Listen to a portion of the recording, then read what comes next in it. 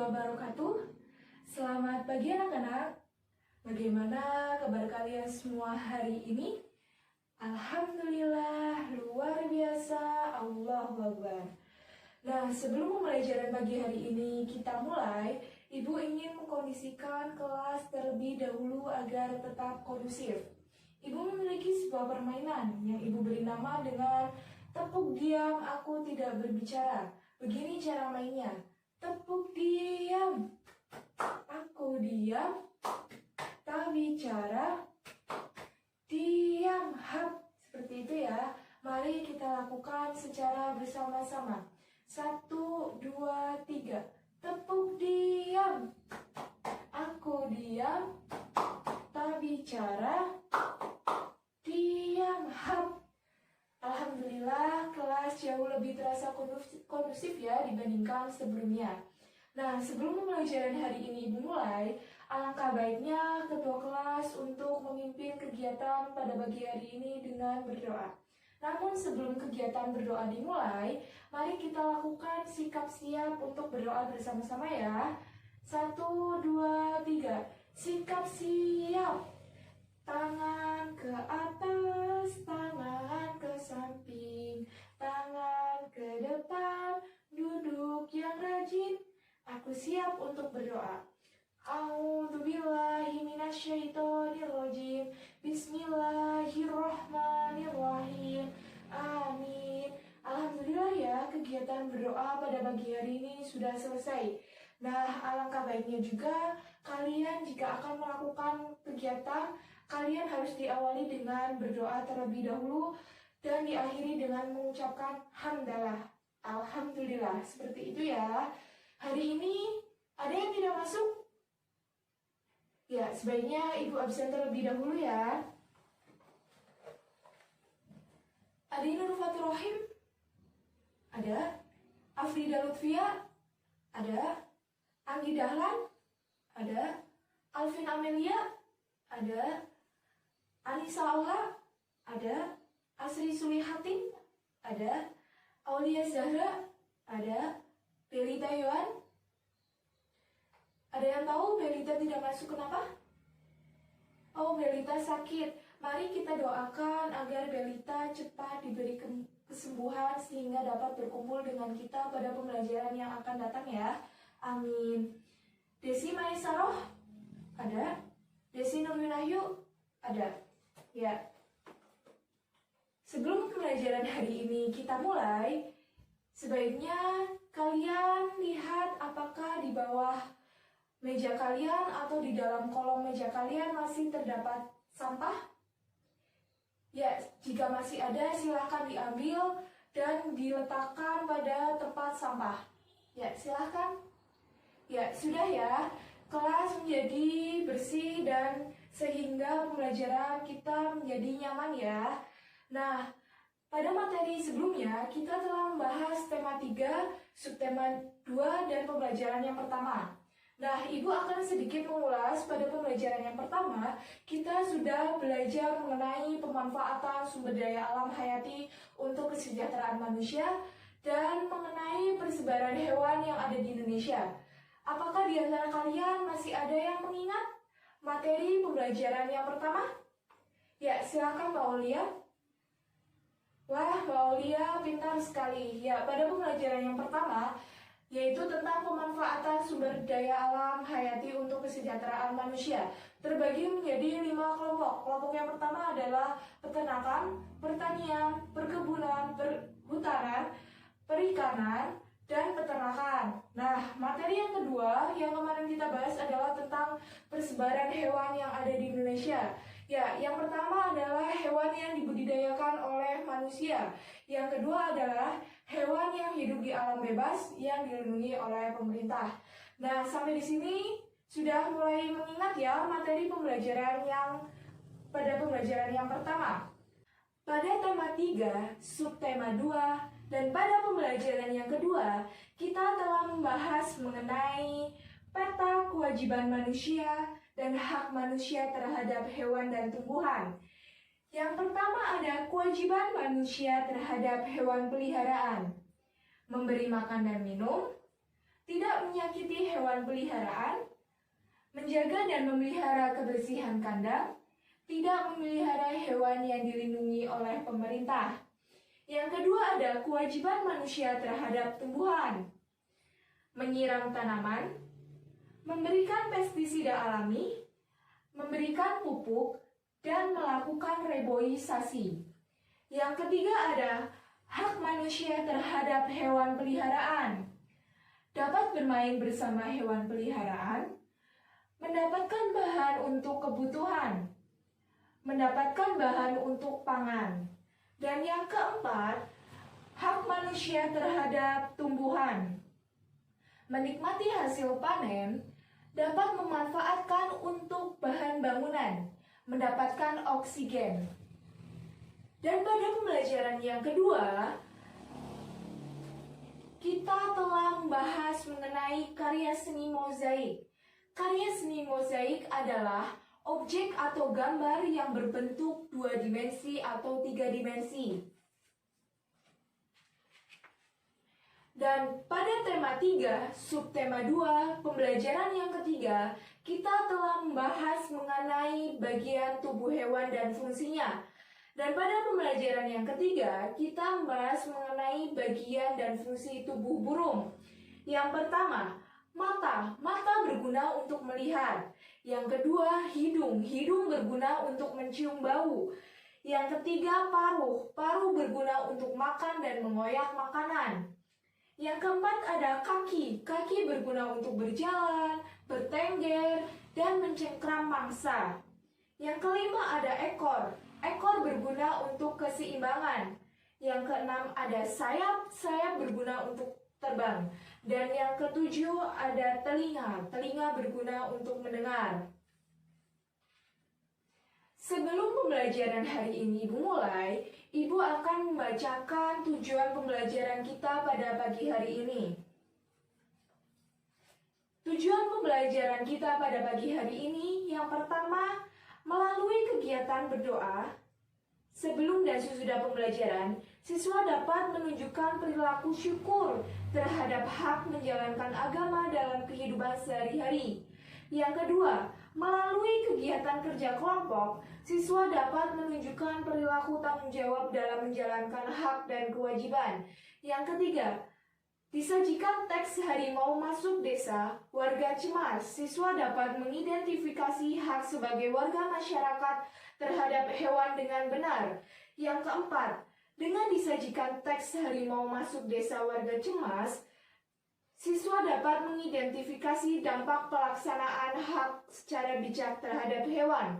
Yang kelima, siswa dapat menuliskan tanggapan tentang kegiatan manusia terhadap hewan sebagai bentuk pelaksanaan hak dengan benar melalui diskusi kelompok tentang hak manusia terhadap hewan langka. Yang keenam, siswa dapat memaparkan tanggapan tentang kegiatan manusia terhadap hewan sebagai bentuk pelaksanaan hak dengan tanggung jawab melalui diskusi kelompok tentang hak manusia terhadap hewan langka. Yang ketujuh, dengan mengamati teks dan contoh pertanyaan yang baik, siswa dapat mengidentifikasi untuk pertanyaan yang baik dengan tepat. Yang kedelapan, melalui penugasan kelompok dan daftar pertanyaan untuk wawancara, siswa dapat membedakan pertanyaan berdasarkan ciri-ciri pertanyaan yang berbentuk dengan tepat. 9. Melalui pengamatan teks tentang cara wawancara yang baik, siswa dapat menjelaskan langkah melakukan wawancara dengan baik. Yang ke-10, dengan diberikan daftar pertanyaan untuk wawancara dan contoh teks wawancara, siswa dapat mengelola pertanyaan untuk digunakan kegiatan wawancara dengan baik. Yang ke-11, melalui kegiatan bertanya jawab bersama teman, siswa dapat mempraktekkan wawancara menggunakan daftar pertanyaan yang telah dibuat dengan percaya diri. Sampai di sini paham ya mengenai tujuan pembelajaran kita pada pagi hari ini. Nah, silakan anak-anak, kalian buka bukunya pada halaman 50. Pada halaman 50 ada beberapa bacaan. Silakan kalian baca dulu untuk pembiasaan literasi pada pagi hari ini. Silakan Ibu beri waktunya 15 menit. Ya, alhamdulillah ya, pembiasaan literasi ini sudah selesai. Di sini Ibu memiliki media pembelajaran yang Ibu beri nama Smartbook.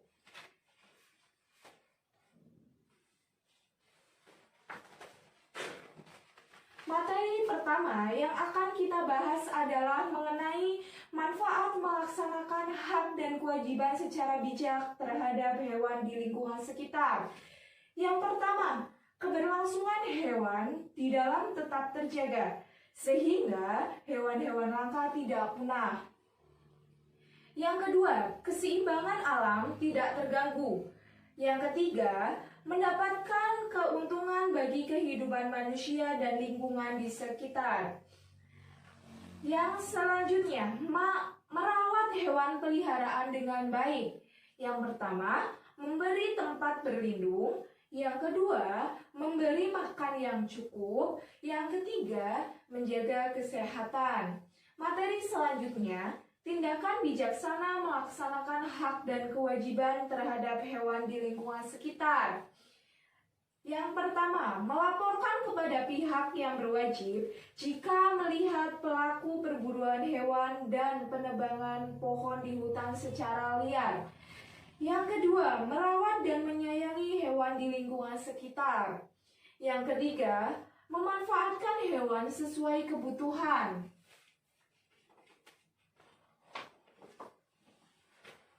Materi selanjutnya yang akan kita bahas adalah mengenai mengidentifikasi daftar pertanyaan. Ciri-ciri kalimat tanya yang baik. Jadi, mengidentifikasi daftar pertanyaan itu kita bisa, yang pertama, kalimat tanya harus sesuai topik yang dibahas. Kalimat tanya diawali kata tanya adik Simba. Adik Simba itu singkatan apa, di mana, kapan, siapa, mengapa, dan bagaimana. Yang ketiga, kalimat tanya selalu diakhiri tanda tanya. Yang keempat, kalimat tanya bersifat menggali lebih banyak. Yang kelima, pertanyaan fokus atau tepat sasaran. Yang keenam, terdapat hubungan berkesinambungan antar pertanyaan dan daftar pertanyaan. Yang ketujuh, pertanyaan menggunakan bahasa yang benar. Nah, untuk selingan, di sini Ibu mempunyai media yang bervariasi. Jadi di sini kita dapat belajar juga mengenai jenis-jenis ikan yang hidup di laut. Apakah di antara kalian ada yang tahu apa saja jenis-jenis ikan yang hidup di laut? Ya, yang pertama ada ikan bandeng, yang kedua ada ikan cakalang, yang ketiga ada ikan tuna biru, dan yang keempat ada ikan terumbu. Nah, untuk selanjutnya, Ibu akan membacakan teks mengenai harimau masuk desa warga cemas. Silakan di antara kalian disimak dengan baik ya. Nanti kita akan menjawab pertanyaan secara berkelompok. Beberapa minggu belakangan ini, warga desa Badung hidup dalam kecemasan. Hal ini terjadi karena beberapa kali terlihat beberapa ekor harimau masuk ke area pemukiman warga. Warga desa Badung memang terletak tak jauh dari hutan. Harimau-harimau tersebut memang belum mengganggu warga. Mereka hanya berkeliaran seperti mencari makan. Warga desa Badung berupaya mengamankan ternak peliharaan mereka. Ketika malam tiba, warga pun bergantian melakukan ronda untuk menjaga agar harimau-harimau tersebut tidak mengganggu warga desa Badung. Sesungguhnya, apa yang terjadi pada warga sudah lebih dahulu dirasakan oleh harimau-harimau penghuni hutan tersebut. Warga memang sering masuk ke hutan dan melakukan penebangan hutan untuk memperluas ladang kopi mereka. Tentu saja, hal ini mengakibatkan habitat hewan hutan semakin sempit. Hak hidup hewan yang menjadi penghuni hutan merasa terganggu. Pohon-pohon yang menjadi sumber makanan hewan-hewan kecil dirusak. Akibatnya, hewan-hewan kecil tersebut mencari makan di tempat lain.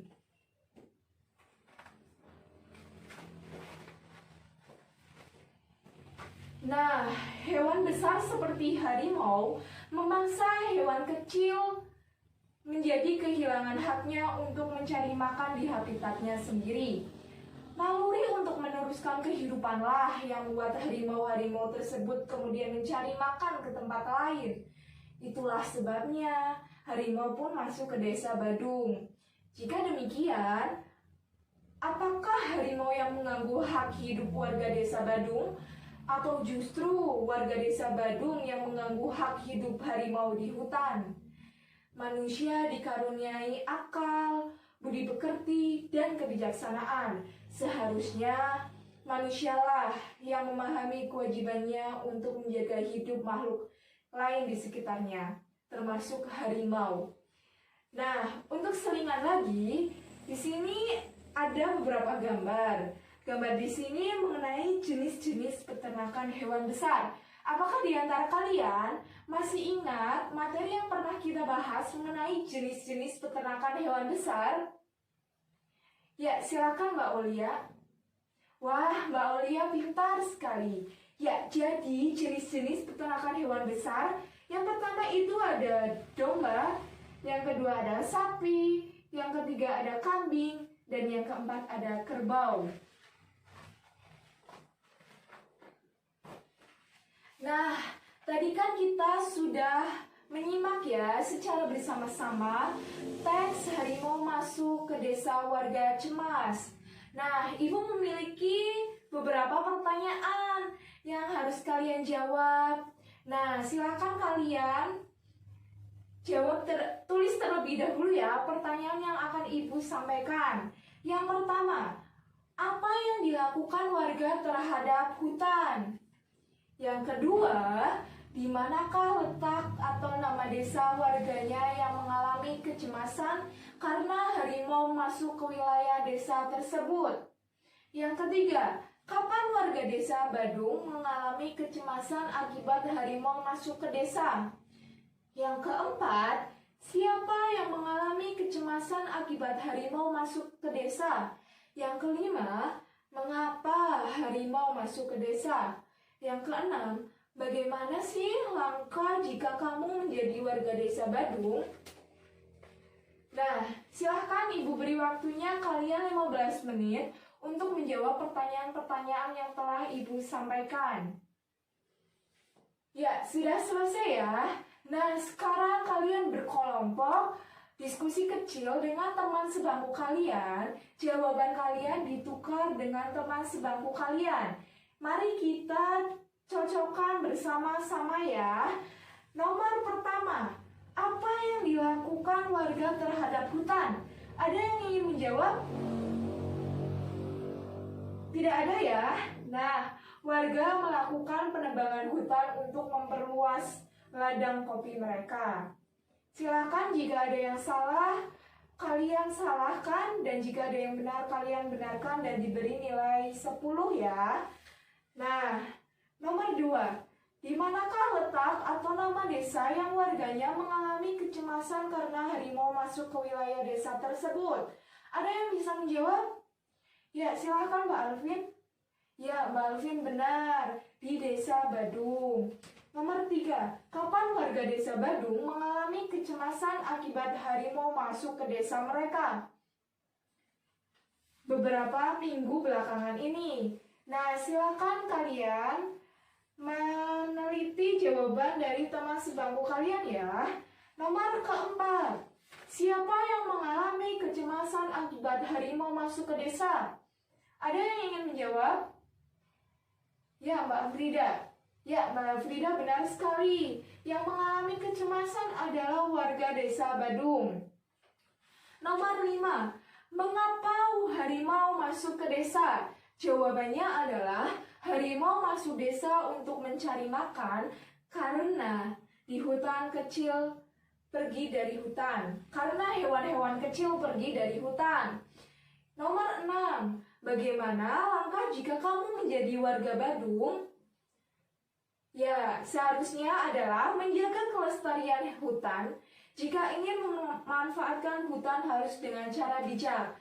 Nah, silakan kalian jumlah jawaban teman kalian yang benar dan yang salah.